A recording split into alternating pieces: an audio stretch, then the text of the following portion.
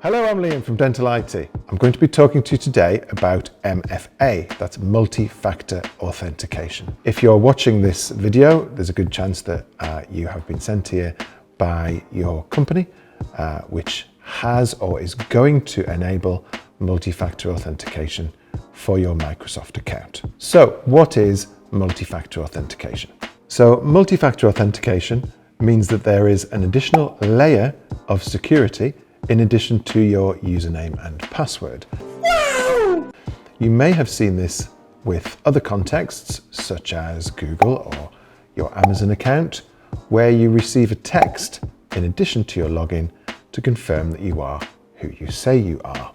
So that's the same with the Microsoft two-factor authentication. When this is enabled, you will have to provide an additional layer of verification to stop hackers hacking into your account. So does this mean that you're going to have to do this every time? You're going to get a text every time you come in the morning? No, God, please, no! Well, no, that's not the case, because the system does have a degree of built-in intelligence, where, for example, it knows that if you're logging in from the same machine or from the same location, then it probably won't ask you to do the two-factor verification again.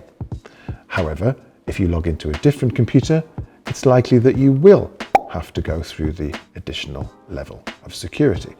Similarly, if you log in at a different location, it's likely that you will get that two-factor authentication again. However, generally speaking, it will be fairly trouble-free.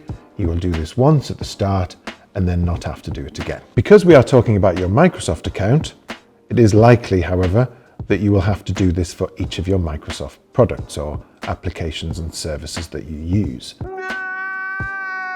So for example, if you use Teams, that will require the additional level of security. If you use OneDrive, you'll have to authenticate again into OneDrive. If you use Office.com to log into Outlook, you will have to do two-factor authentication that way. But once you've got through that initial hurdle of setting each of them up, then it should settle down. So when MFA is enabled for your organization and you next log into Office.com, you should see a page something like this. On this page, you will see that it asks you to choose the method of additional verification. And for the purposes of this video, I'm going to recommend that you choose the texting method. There are alternative methods, such as a phone call or an app that you can download onto your phone. However, I think it's far easier to set up the texting method, so that's the one that we are going to recommend. So you choose the method of texting, and then you input the number of your mobile phone. And that's pretty much it. If you don't use the Outlook desktop app or Skype for Business desktop app, then that's pretty much all you have to do. Once you have specified that the texting is the method and you've given your mobile number, you can pretty much follow your nose and log into all your services after that. If, however, you use Outlook, please carry on watching the video to see what problems you might encounter. So if you are a user of the Microsoft Outlook desktop application or the Skype for Business desktop application, then the setup of MFA for these is slightly different. Oh, hell no! These applications unfortunately don't natively support multi-factor authentication, so you can't do the method of receiving a text. You have to generate for these what's called an app password, and unfortunately you have to generate that at the Microsoft site at office.com. Now, there is a step for this as part of the initial setup, or there is a link that you can go to generate app passwords, and I've put this link into the text underneath this video for you. App passwords can only be generated once, and they cannot be saved on the Microsoft site.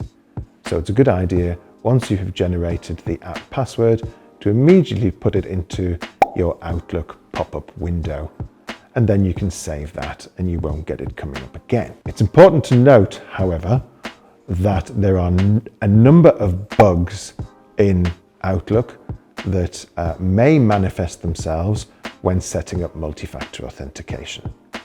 So if you receive the pop-up box for your username and password, then that's okay. You can probably just generate an app password and that will work, and that's great. However, there may be a number of other symptoms that you experience. A strange error message such as that the folders are missing, or Outlook may open and then close, or it may not open at all, or it may open but then never give you the password box, but then never actually update any emails. If you have any of these kind of symptoms, then unfortunately there is not a simple fix for these, so you will just have to call our help desk to work through those problems. Thank you for watching this video. If you need help on this, give us a call, as ever, or if you want to see other aspects of security, there are other videos available on our YouTube channel.